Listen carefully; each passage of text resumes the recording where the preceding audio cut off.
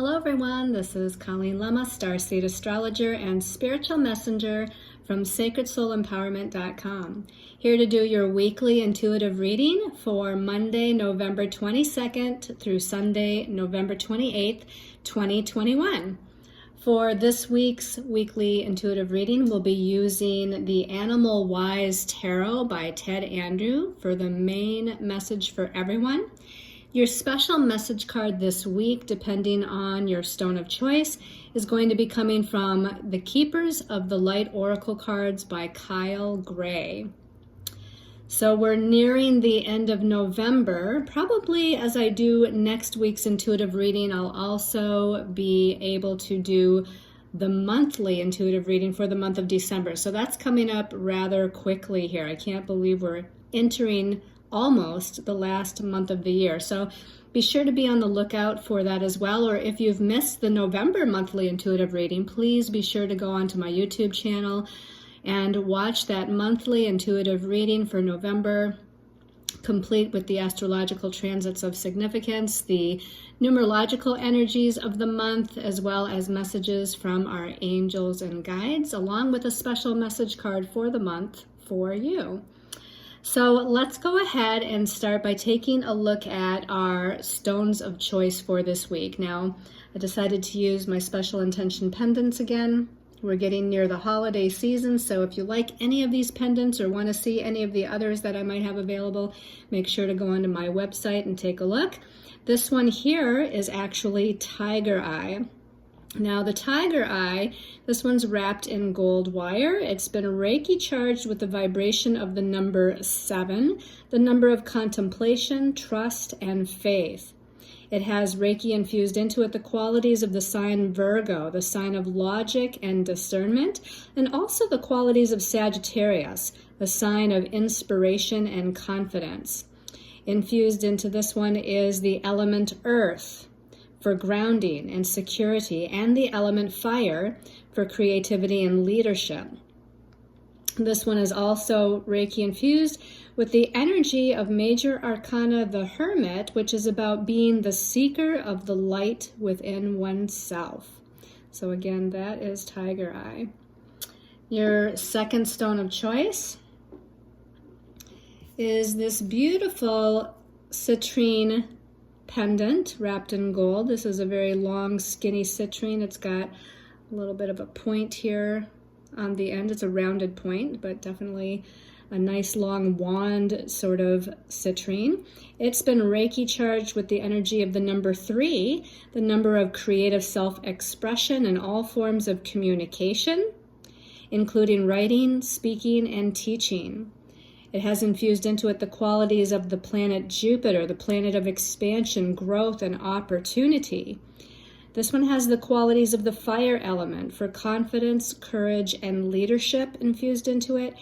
And then the energies of Archangel Gabriel, the archangel who supports and inspires those with a life purpose involving communication, as well as the energies of Archangel Michael, who leads us to the next step of our highest and most important destiny path. So again, this is the citrine pendant. And then the last stone of choice is mango quartz. So these are all wrapped in gold, and they all have that kind of golden yellowish or brown golden sort of hue to them. And that's kind of because we have some Sagittarius energies starting to come into play. So I thought I would choose some golden yellow like the sun sort of stones. So the mango quartz pendant, wrapped in gold wire, it's been Reiki charged with the vibration also of the number 3, number of creative self-expression, all forms of communication, including writing. It has infused into it the qualities of the sign Gemini for the powers of the mental realm, including mental clarity, discernment, and enthusiasm. This one has the element of air, the air element for receiving and sharing of ideas and the proper use of words. And this one also has the energies of Archangel Gabriel, the angel who supports and inspires those with a life purpose involving the arts and communication. So again, your stones of choice for the week is the tiger eye pendant,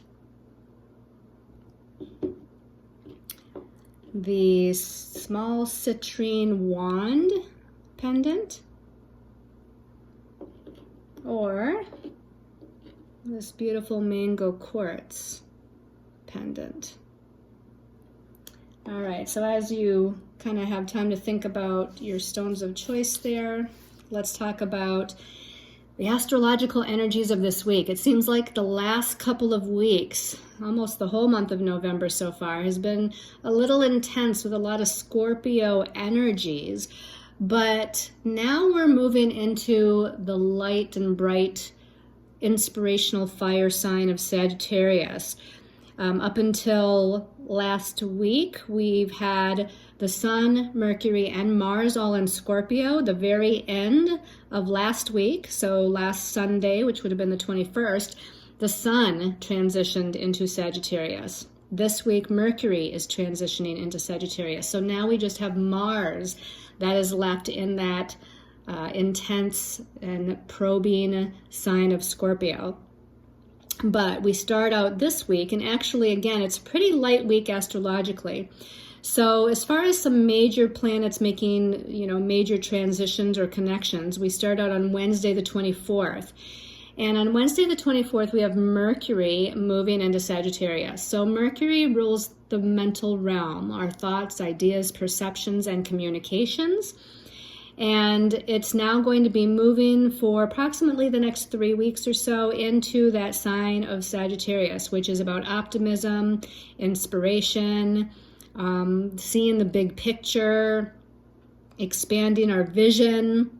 It's about teaching, higher perceptions, learning, higher learning. So again, now our thought processes, I feel like, are going to be much more expanded, much more inspired, and we're looking at glass half full here as far as the long big picture of where we want to go in life, or what our ideas are as far as what to do next. On Friday the 26th, we have a sextile between Saturn and Chiron. Now, Saturn rules karmic lessons. He's known as the great teacher of lessons, and he deals with responsibility and bringing things into form or manifestation. He's also known as the planet of restriction, limitation, and delays, but a sextile is usually a positive aspect of opportunity. So as Saturn comes together with Chiron, and Chiron, of course, we know as the wounded healer and shaman, the healer of past life wounds, or where our greatest wound is. And of course, he's been in Aries for quite some time and will be there for a pretty long time. And it's bringing up wounds regarding our sense of self, individuality, self-confidence, self-identity. But there's an opportunity here with Saturn and Chiron coming together. And that opportunity, I feel, is to release and let go of the past and some of those wound or karmic wound dynamics that keeps us in a place of lack of self-confidence or lack of self-identity. So Saturn's helping us to kind of restructure ourselves, or to learn whatever it is we're needing to learn, and thus, again, take this opportunity to bring in more of a sense of confidence and courage with ourselves, to become a little bit more of a leader, or to be able to take charge.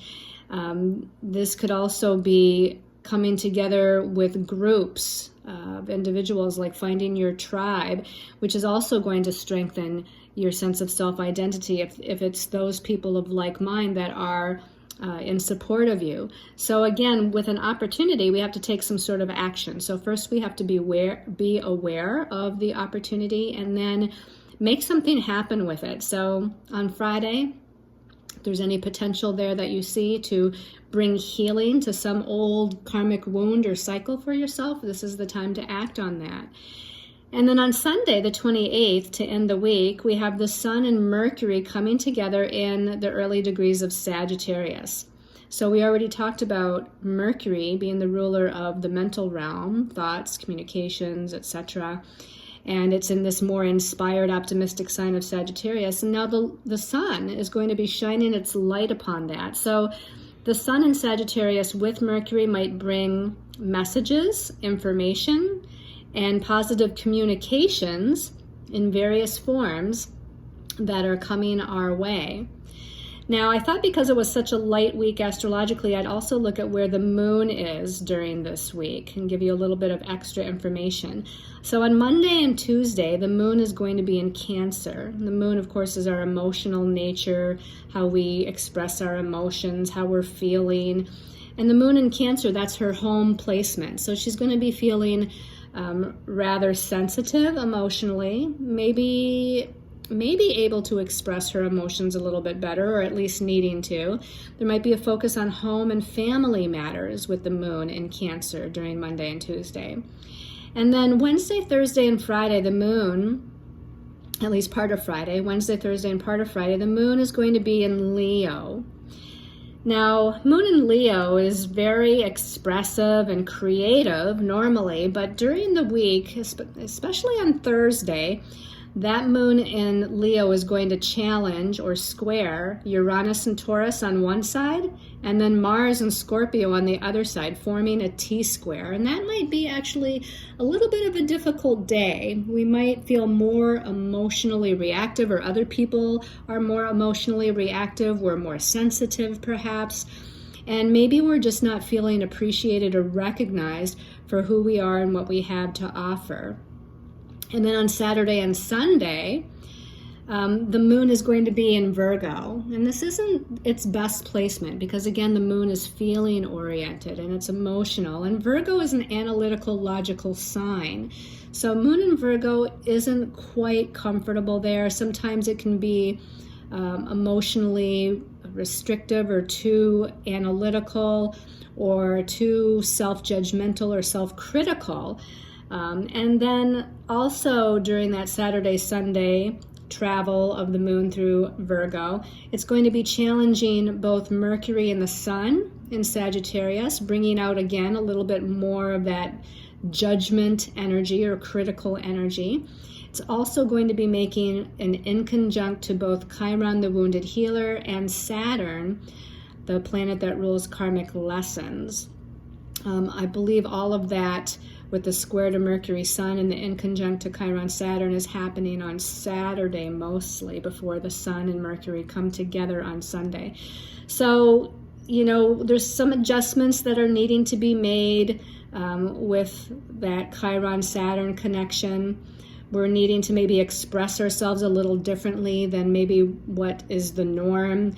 We're needing to kind of pull back or hold back on any self-critical or self-judgmental emotional energies that may be going on. And so it just, it might be just a little bit uncomfortable during that time period. So with that being said, let's go ahead and take a look and see what our angels and guides have to say to match this week's astrological energy. So the first card here that came out, okay, we have a major arcana. It's major arcana 12. This is the Hanged Man. And in the Animal Wise Tarot, it's the bat, right? The bat is hanging upside down. The Hanged Man traditionally is about trying to look at things from a different perspective or needing to look at something from a different vantage point. And we have at the bottom of this card the phrase that says, new truths and perceptions.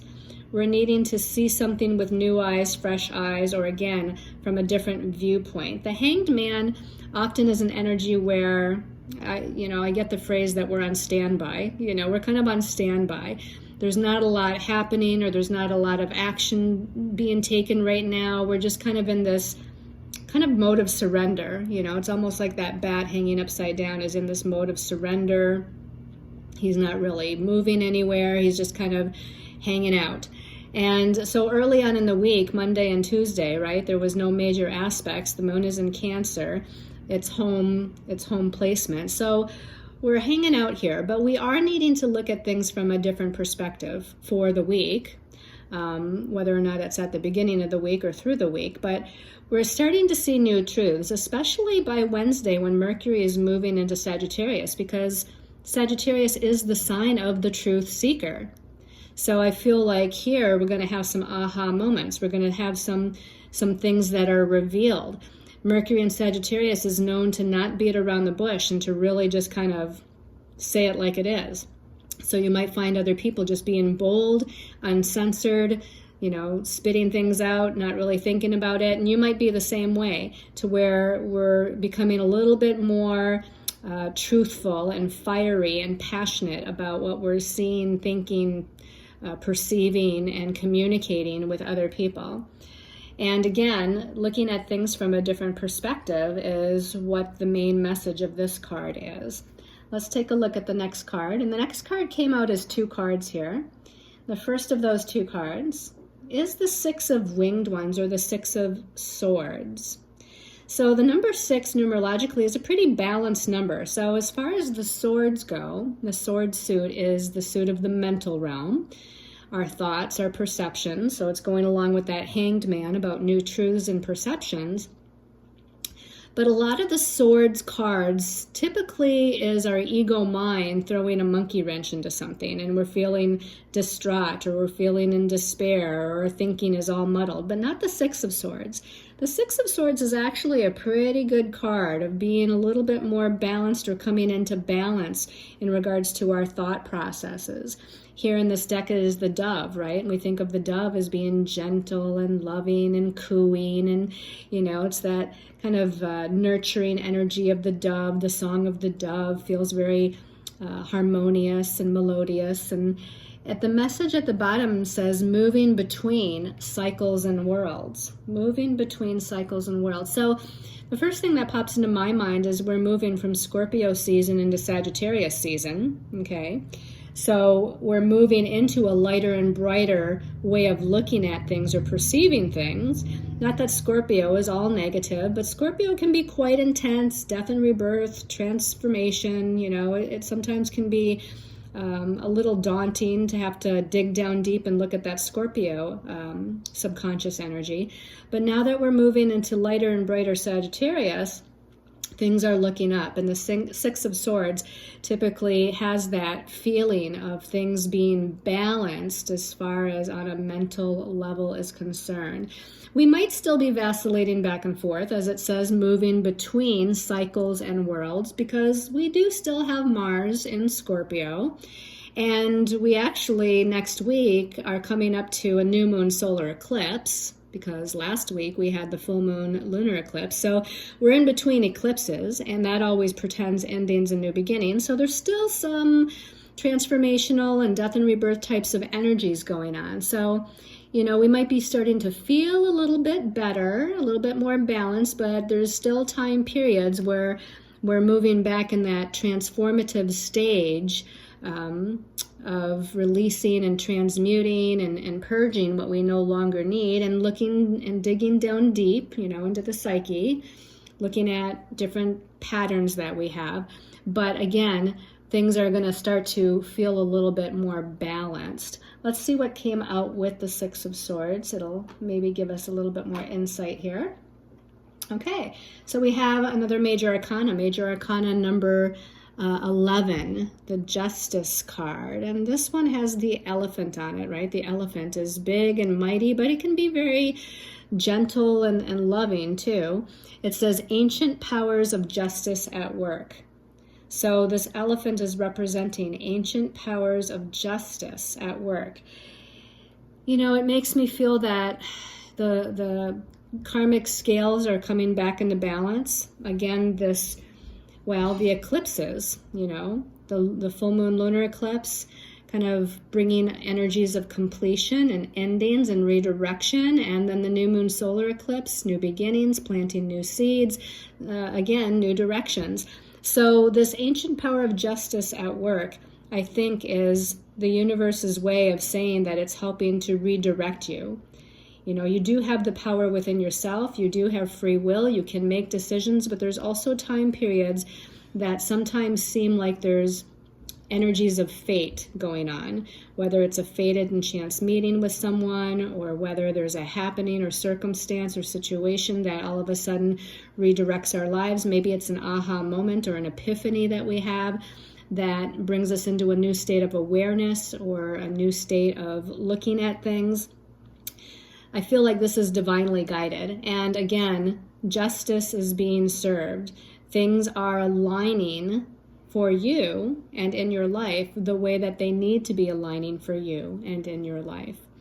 So that's part of Saturn too. Saturn, the teacher of lessons, and Chiron, the wounded healer, coming together in that positive aspect. And I think of Sagittarius energies, right? And it is the truth seeker, but it's like truth, and there can be some justice in there as well. Truth, with truth comes justice. So, and the 11th major arcana, the 11 is a master number. That 11 master number is the number of the light worker, the visionary, and strength, confidence, courage, leadership ability.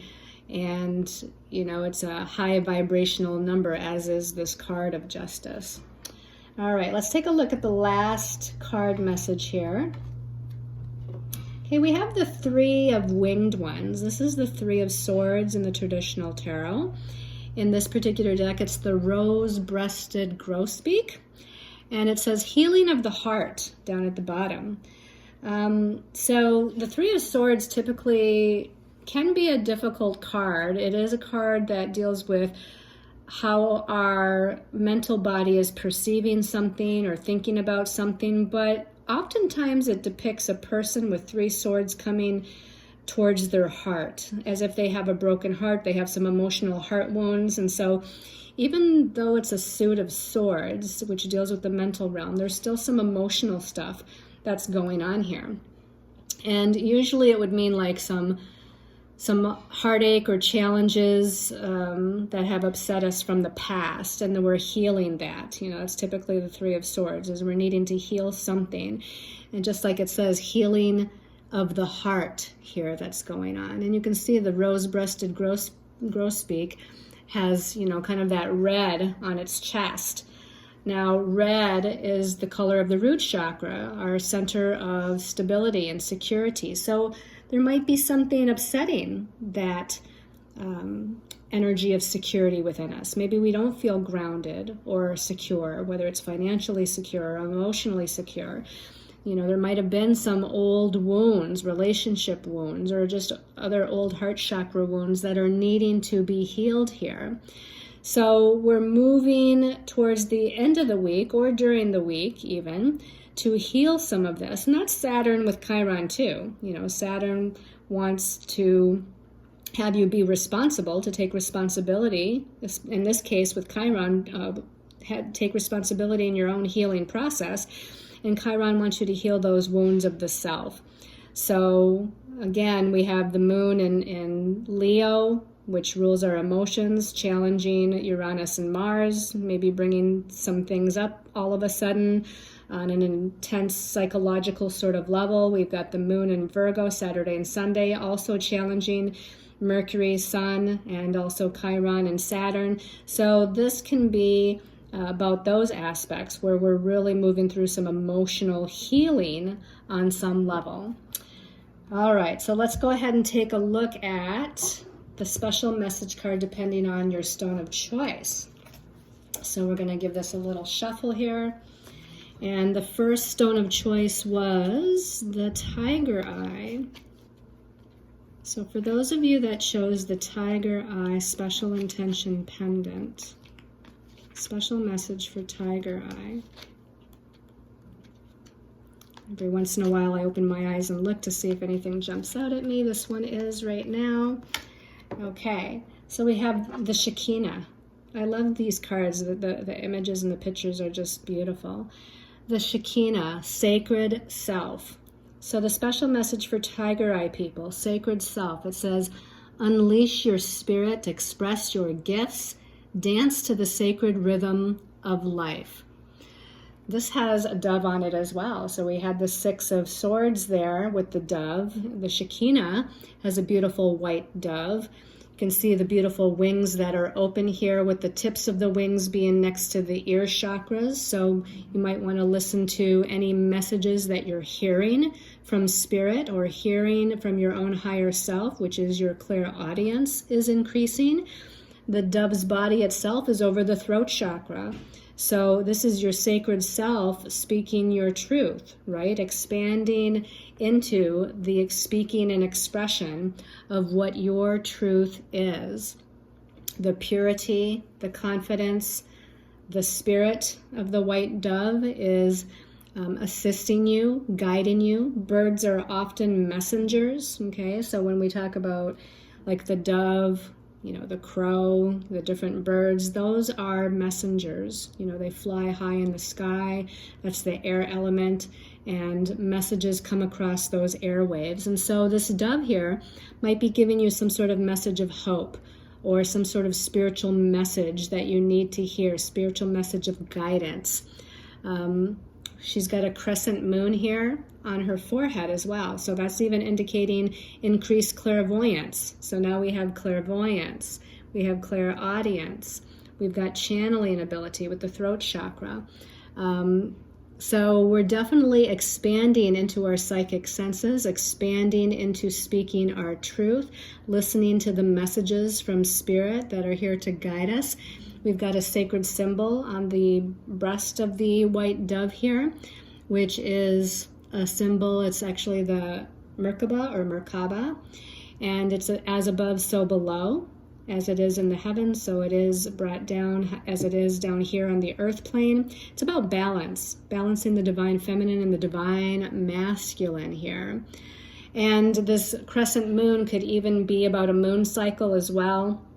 We're kind of nearing that new moon solar eclipse, and this crescent moon could indicate that sometime this week there's something important happening here in regards to the messages of this card for you as we approach that new moon solar eclipse.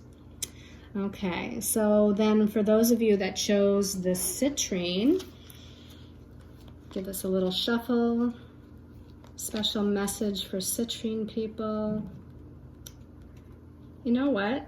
This is a wrong card in there. I'm just going to put this maybe as a special message card for everybody. You can see that this is not the same as this. Somehow this ended up in there. It's an archangel card. We'll have to look at that. So citrine people, special message for citrine people. This one's calling my attention. That's sticking up right here. Citrine people, this is Mary Magdalene, and this is the teacher awakens. Ooh, I love that. The teacher awakens. And it says at the bottom, you have something important to share. The teacher within you awakens. You have something important to share. Follow the inner call and don't let anything stop you. She's got red roses here. We've got a red shroud that she's in. Red is the color of the root chakra, energy, action, forward movements, feelings of security, stability, being grounded and rooted in herself. And as Mary Magdalene is grounded and rooted in herself, she's allowing her voice to be heard. She's got a pendant here around her throat chakra as well. It's sort of between the throat and the heart chakra here. So the message is a message of love, message of unconditional love and compassion, but she's speaking her truth, and it's kind of the raw truth. That red color, again, to me is more masculine in orientation, so it's strong, it's confident, it's courageous, but yet it's loving and gentle with the roses. So there's a nice balance there between masculine and feminine. She also has some white flowers here. I think they're lilies in front of her.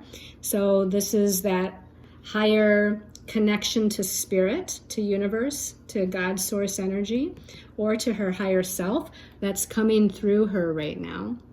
So allow that inner teacher, and maybe this is about a teacher coming to you too. Maybe you're connecting with a teacher, and maybe it's a spiritual teacher in spirit form. Maybe it's a teacher that's in third dimensional form. So there could be a teacher coming to you as well. But remember, this is about your own inner teacher awakening as well. You have something important to share. Follow that inner call. Okay. And then for those of you that chose the mango quartz. Mango quartz people. Mango quartz. Special message. Okay, this one right away jumped out at me, obviously. We have Sunat Kumara. Oops, let me put the deck down there. Sunat Kumara. And it says light activation. That's great. Light activation. Now we're nearing a new moon, meaning we're moving towards the dark of the moon before the new moon, but again, it's a solar eclipse. So there's some sort of light activation. It says shine your light. It says your internal guidance is coming through loud and clear. So he's all dressed in white. So he's definitely got some crown chakra energies going on. He's got a white wand in his hand, white hair, claircognizance going on here, some magic, some alchemy, some of that purity and connection to spirit, to universe, to God's source.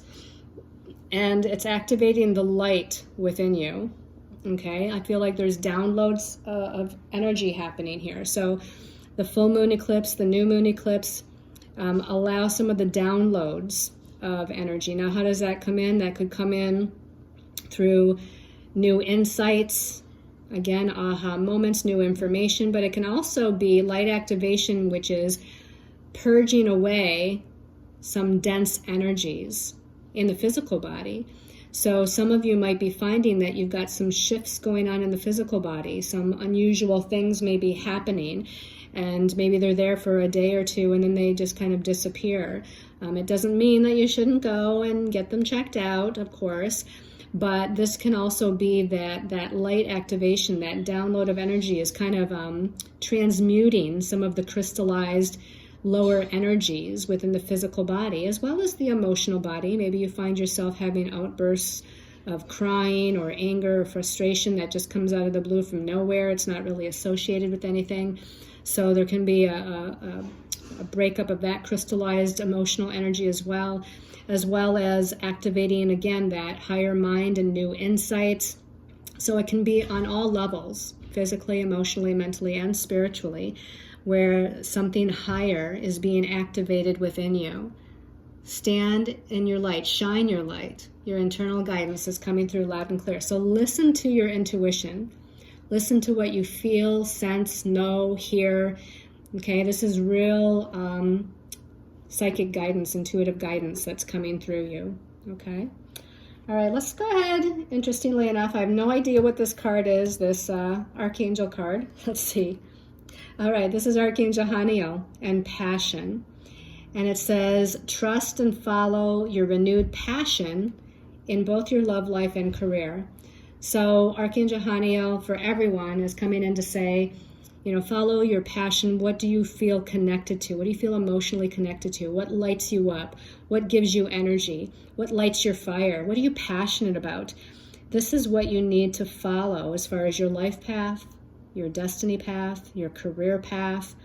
Archangel Haniel also helps us with our psychic abilities and our healing abilities, helps us to support the process of those awakening and opening opening and awakening even more. So your claircognizance, your clairvoyance, your clairaudience, your clairsentience, your channeling abilities, your mediumship abilities, your manifestation abilities, and all your healing abilities.